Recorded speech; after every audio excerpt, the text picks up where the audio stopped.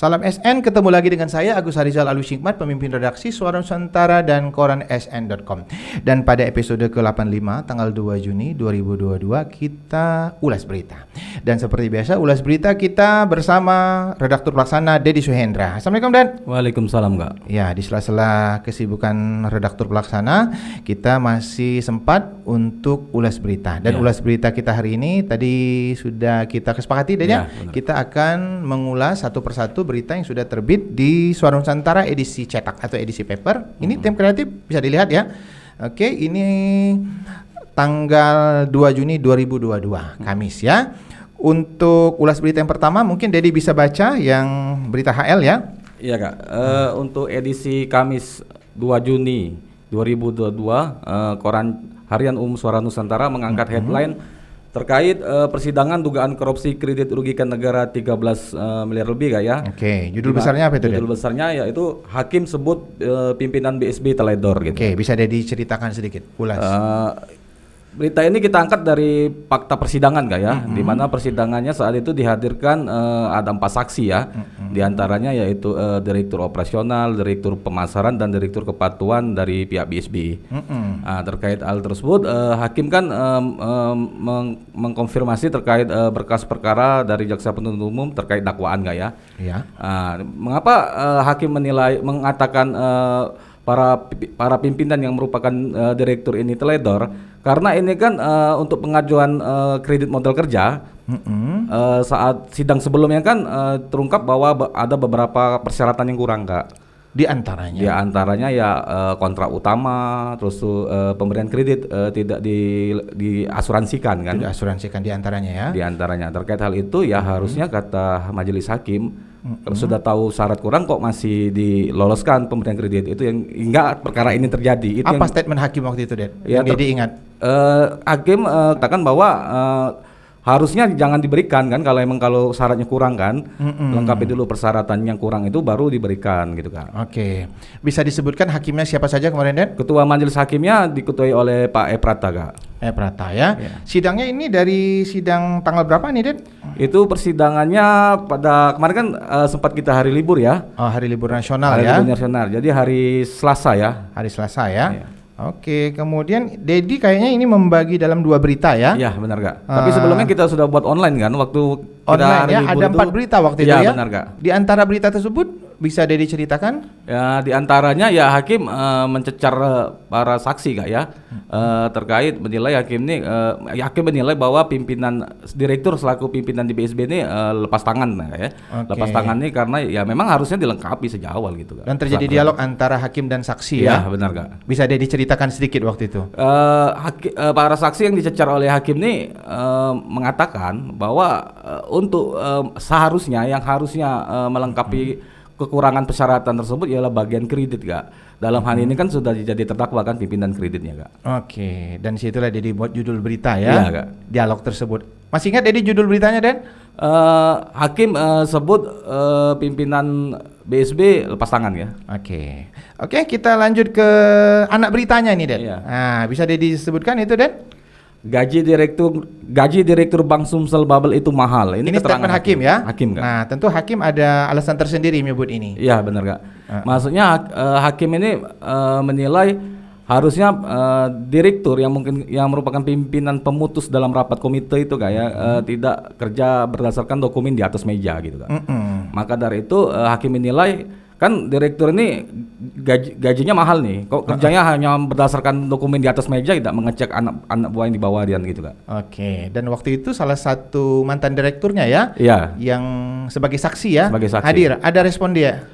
Respon para saksi di persidangan ini melempar Kak ya, ke bagian kredit, dalam hal ini pimpinan kreditnya ya setelah menjadi terdakwa. Untuk diketahui pada saat syuting ulas berita ini berlangsung ada sidang di Pengadilan Negeri Palembang Det ya? Iya benar Kak. Sidang apa itu Det? Sidang dugaan pembangunan Masjid Sriwijaya Kak, dan juga PT-PDI Sumsel. Dan pada pukul 19 kurang ya? Iya. Itu sidang masih berlangsung dan masih berlangsung. Sidang sedang ishoma ini ya? Iya, ishoma sholat. Dedi bisa untuk ulas berita sebentar. Oke Det, lanjut ke berita lainnya. Mungkin tentang perjalanan panjang dugaan kasus korupsi Masjid Sriwijaya. Iya Kak. Judul perjalanan panjang dugaan kasus korupsi Masjid Sriwijaya ini keterangan dari Kasipenkum Kejati Sumsel ya. Di mana Kasipenkum menjelaskan bahwa dalam perkara ini 12 tersangka sudah ditetapkan oleh Kejati Sumsel. Dari 12 tersangka ini 10 sudah divonis pada tingkat pengadilan Tipikor Palembang, sedangkan 2 terdakwa yang lagi masih dalam proses persidangan, Kak. Oke, cukup sampai situ, Ded. Kemudian ada berita Kejati tegaskan dengan tuntutan 20 tahun. Nah. Ini mungkin kita mendului Kak ya, karena pembelaannya baru malam ini. Oke ya. Jadi kita langsung mengkonfirmasi Kasipenkum bagaimana persiap tanggapan dia terkait pembelaan yang malam ini dibacakan oleh terdakwa Masjid Sriwijaya. Dan dikatakan Kasipenkum ya dia menegaskan bahwa Kejati tetap pada tuntutan 20 tahun enggak? Tetap pada tuntutan 20 tahun. Dan kita beralih ke berita yang lebih soft ya. Di halaman 12 ini tim kreatif ya. Ya, ini di halaman 12 ini tentang resmi Apriyadi dilantik Gubernur Sumsel jadi PJ Bupati Muba ya. Untuk Pak Apriyadi yang telah menjadi PJ Bupati Muba, tim SN mengucapkan selamat bertugas ya. Semoga selalu sehat dan dapat melaksanakan tugas dengan baik.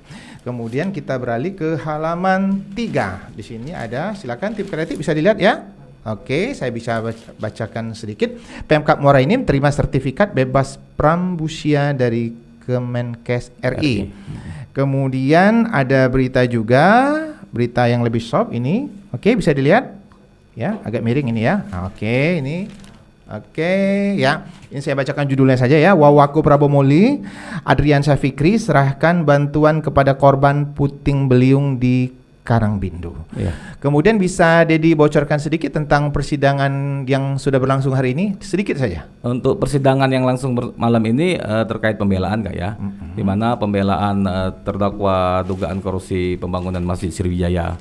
Di mana dalam pembelaan ini pada intinya terdakwa berharap hakim lebih jernih dalam memutus perkara dan meminta dibebaskan dari dakwaan dan tuntutan jaksa penuntut umum karena terdakwa dan kuasa hukum menilai bahwa terdakwa ini tidak melakukan perbuatan seperti yang didakwakan dan dituduhkan oleh jaksa penuntut umum. Oke, dan untuk berita ini ya sudah ada preview sebenarnya di Suara Nusantara edisi cetak ya. Bisa dibaca sedikit tanpa menyebut nama, Didet?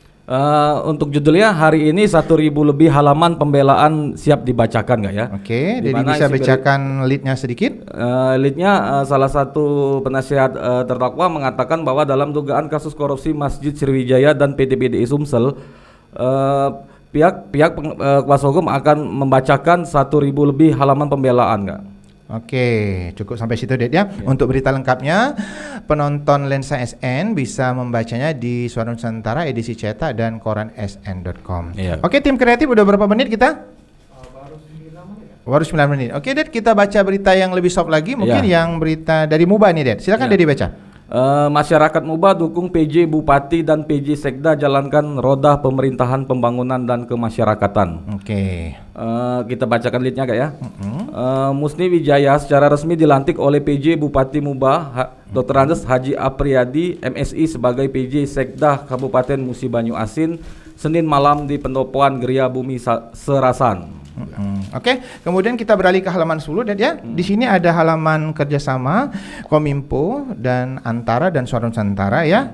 Kita baca judul-judulnya aja ya. Di berita HL itu ada Presiden RI ajak anak muda bangsa bumikan Pancasila. Kemudian ada berita dari Sandiaga Uno dorong pembenahan objek parekraf untuk tarik Wisman Singapura. Kemudian ada berita lagi yang Dedi Fili kemarin ya. PLH Bupati Oku dukung pemberlakuan sistem tilang elektronik.